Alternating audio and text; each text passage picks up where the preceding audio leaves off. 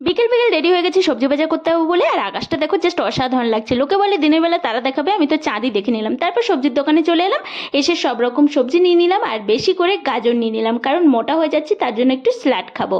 আর এখানে দেখো জাস্ট কত বড় বড় পেঁয়াজ। তারপর সব রকম সবজি নিয়ে চলে এলাম একটু খাবারের দোকানে, কারণ বাইরে বেরিয়েছি, খাওয়ার তো খেতেই হবে। তার জন্য নিয়ে নিলাম একটা কেক আর সাথে নিলাম একটা লিচু ড্রিঙ্কস। ড্রিঙ্কসটা খেতে একদমই ভালো ছিল না। তারপর এটিএমে চলে এলাম টাকা তুলতে, কারণ ঘর ভাড়া দিতে হবে, তার জন্য টাকা তুলে নিয়ে চলে এলাম। আর রাতের আকাশটাও অসাধারণ লাগছে। তারপর রুমে চলে এলাম, আর এতটা গরম লাগছে কি বলবো, হাতে নাম লেখা ছিল সেভাবেই চলে গেছি, আমি দেখিইনি। তারপরে বসে পড়লাম সবজিগুলো গোছানোর জন্য, কারণ খাবারের মধ্যে সবজিগুলো বেশি সময় থাকলে নষ্ট হয়ে যাবে।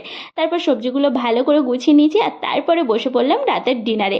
আজকে রাতের ডিনারে ছিল কলা আলু মাছের তরকারি, যেটা খেতে অসম্ভব সুন্দর হয়েছিল। আমার তো দারুণ লাগলো, তোমাদের কেমন লাগলো জানিও। আর ভিডিওটা ভালো লেগে থাকলে লাইক কমেন্ট শেয়ার, টাটা।